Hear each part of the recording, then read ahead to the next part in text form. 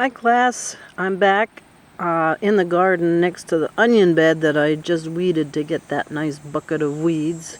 Not all of it came from the onions. And on the other side of my grass path is the Swiss chard, which is really loving all of this heat and water we've had.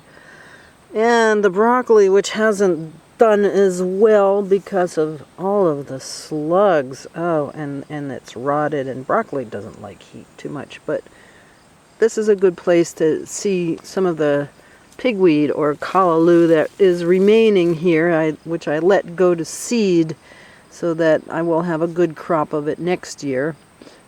Here's a good shot of the seed heads forming. It's in the amaranth family, and there are varieties that are grown specifically for seed, and it's a very nutritious grain.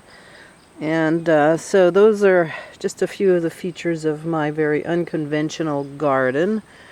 But I wanted to talk to you a little bit about what's coming up this week. I've just read a few of your first posts on discussion 2 last week, and I'm seeing that the question of biotechnology is a hot button one. I hope some of you will respond to 2 of the other questions that are on the discussion list, but I think that I'm going to continue with that theme, and hopefully when we get the conference call or webinar, if we can arrange it, that will be on the subject of biotechnology. And I think this is a good theme to continue through the whole course, because it represents a bunch of questions that we really need to think hard about.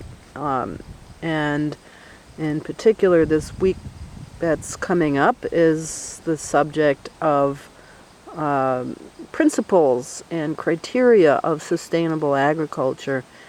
And so I think I'm going to try to find something that speaks more to the question of the precautionary principle and how that applies. So more good stuff coming up in week 2. Talk to you soon.